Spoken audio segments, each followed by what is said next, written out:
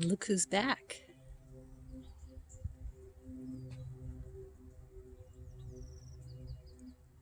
Beautiful egret. It's cute how he wiggles and wiggles and then pecks for something to eat.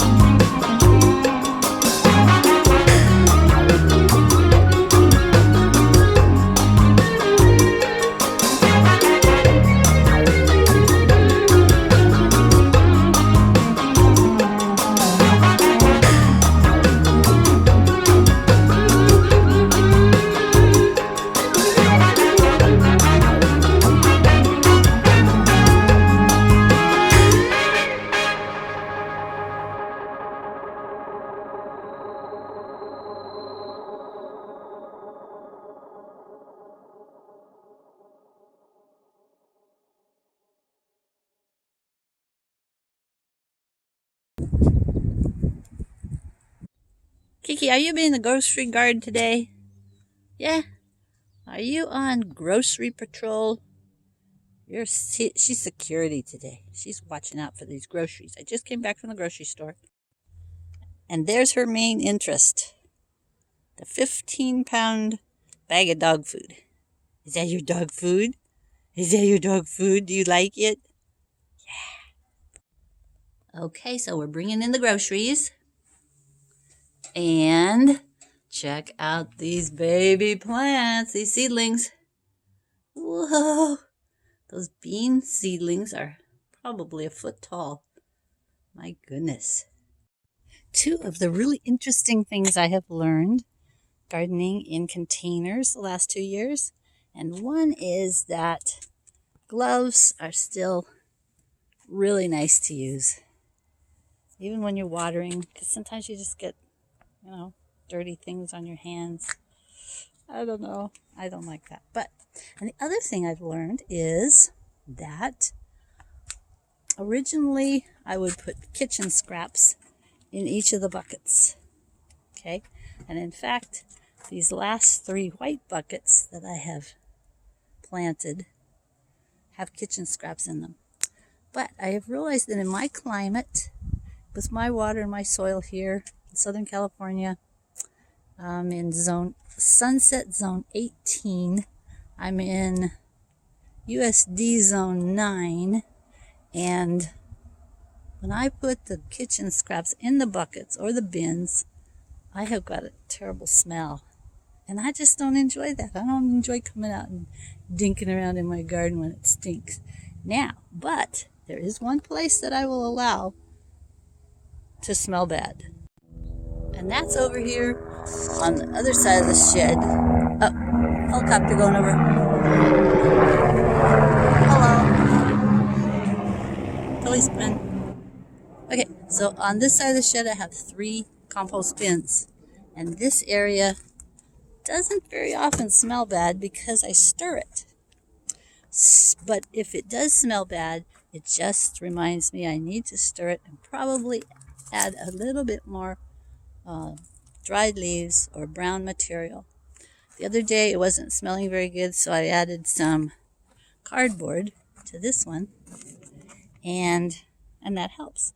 It soaks up the moisture and helps the nutrients to, well, not the nutrients, but the the microbes to not be drowning, I guess, too much moisture. So anyway, this is where I keep all of my stink now. All of my decomposition takes place over here, and no more kitchen scraps in the buckets. Also, that window is real close to the buckets here.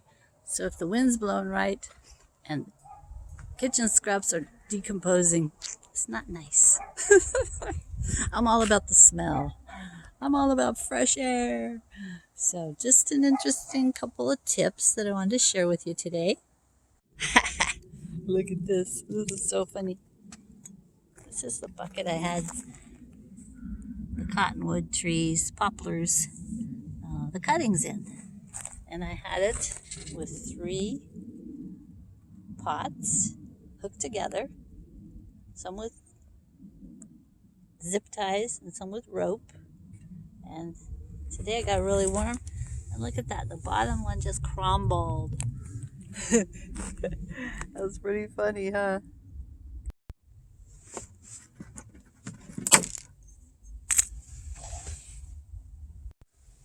Well, how do you like that? The paint bucket right beside it is doing the same thing, where I have the Chinese junipers. But I know that bucket's got paint in it.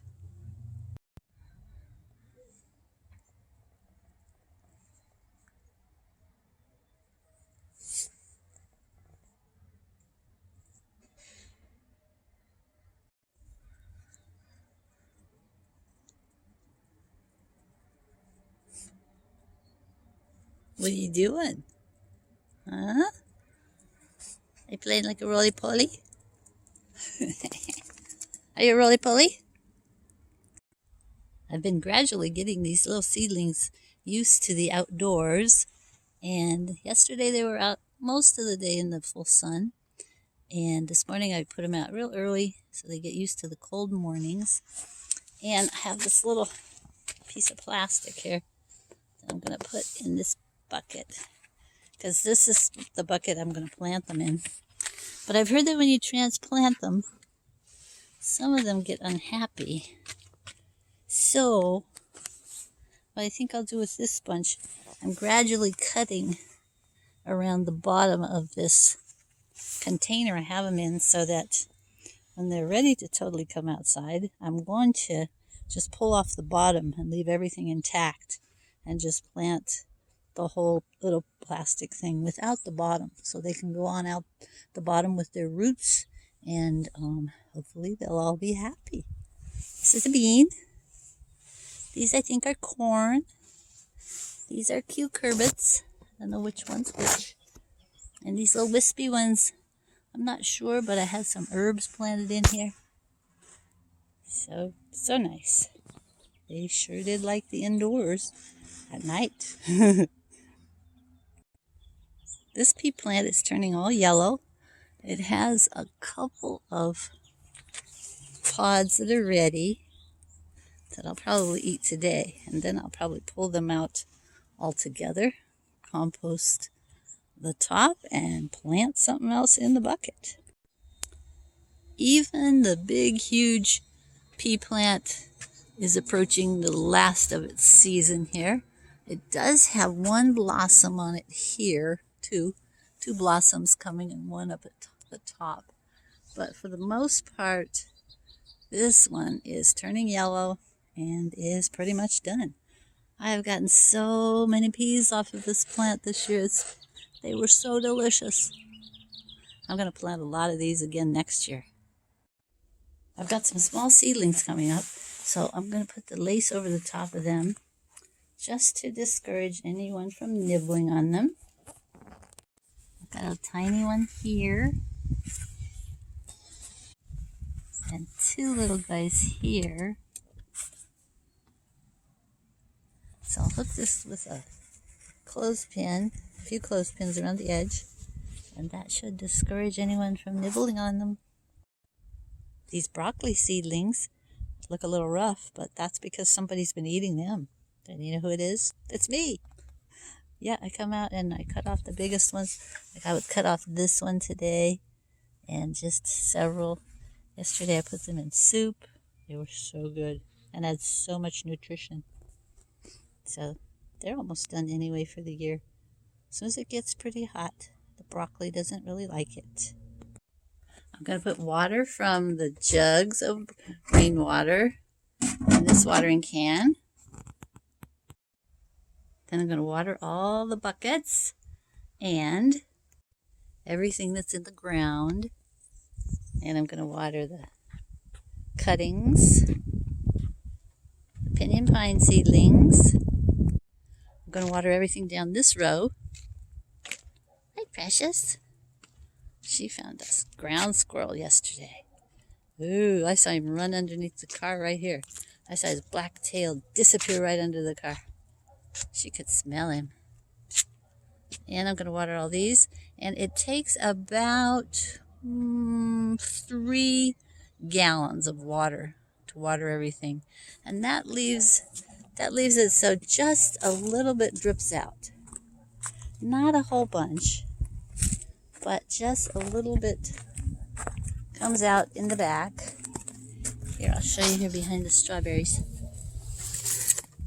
This one drains really well.